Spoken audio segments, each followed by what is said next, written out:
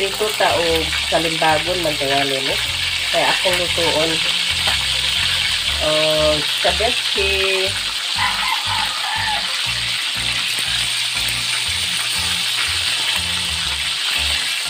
escabeche.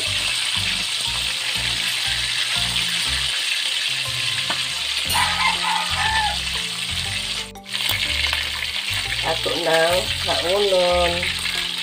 Gamay ra ni kay. Ang mukaon na si Harold ra o ako.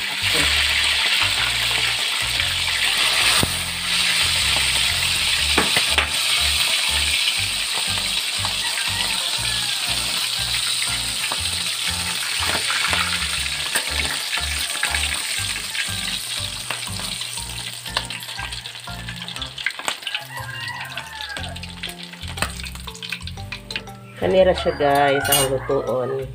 Guys, ito na yung ating mga sangkap. First of all, meron tayong pritong isda. Ano yan? Salimbagon. Then, ito yung gagamitin nating spices. We have garlic, onion, bell pepper, carrots, then luya. Importante ang luya. At saka kamatis. And, magtimpla tayo. Itimpla na natin yung ating sauce. So, naglagay ako ng tubig. Tapos, maglagay tayo ng ketchup. Hindi ko tatamisan masyado tong ating escabeche dahil si Harold nga diabetic. So, maglagay tayo ng tuyo. Wait, may tuyo ako dito. May gamit na tuyo ako. Ito na lang. And then, paminta.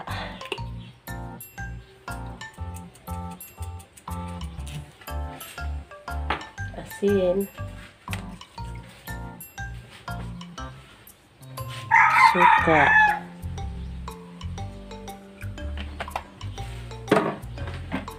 Bitsin kaunti.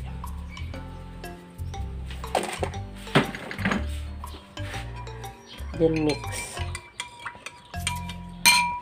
Munti ko na makalimutan.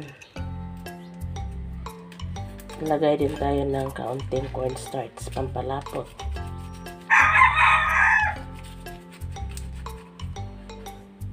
Yan lang.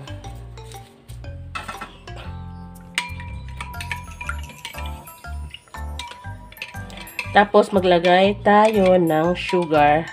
Pwede na ito lagyan ng sugar, pero ako mamaya na. Pag naluluto na para makontrol ko talaga yung tamis. Okay, magluto tayo. Hindi nating mantika guys ay yung pinagprituhan dahil sayang. Kaunti lang. Unahin natin ang bawang, of course.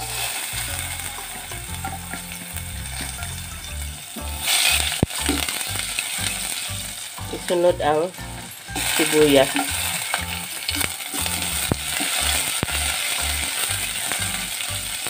Tapos luya.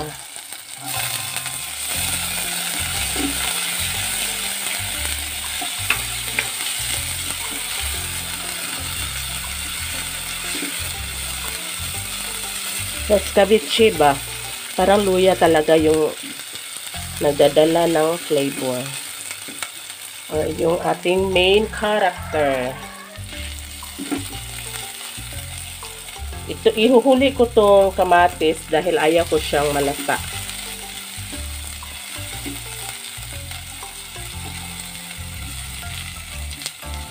Tapos, itong carrots dahil medyo matigas tong carrots.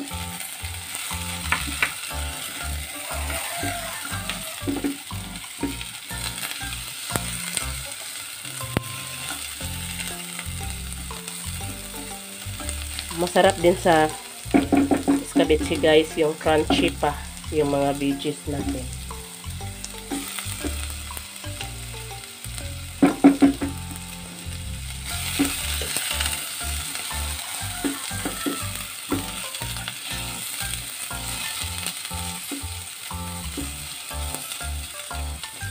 Tapos isunod na natin tong ating bell pepper, at saka kamatis. Yan, ang daming sahog.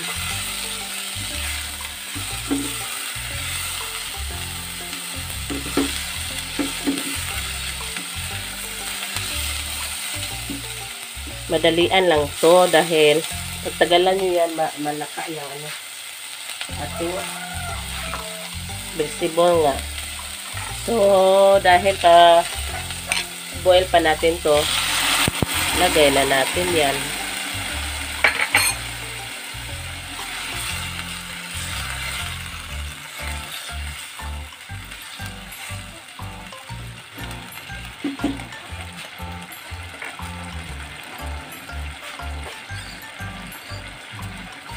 Lagyan pa natin ng kaunting sabaw.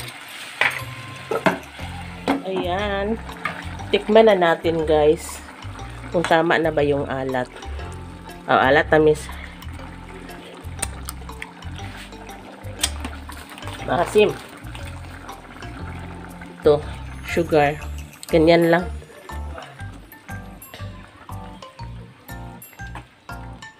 Ilagyan natin. Hindi ko na lang lalagyan ng sabaw yung kaharot.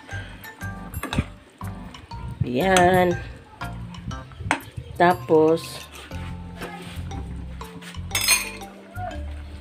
nasira kasi yung phone ko, guys. Itong kamama muna ang ginagamit ko. Tapos, dive in na natin to. Yan. Ang sarap-sarap niyan.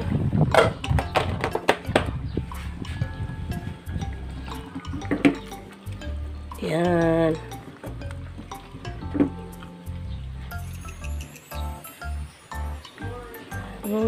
Kagwapa. Kagwapa sa atong scabeche. Ayan.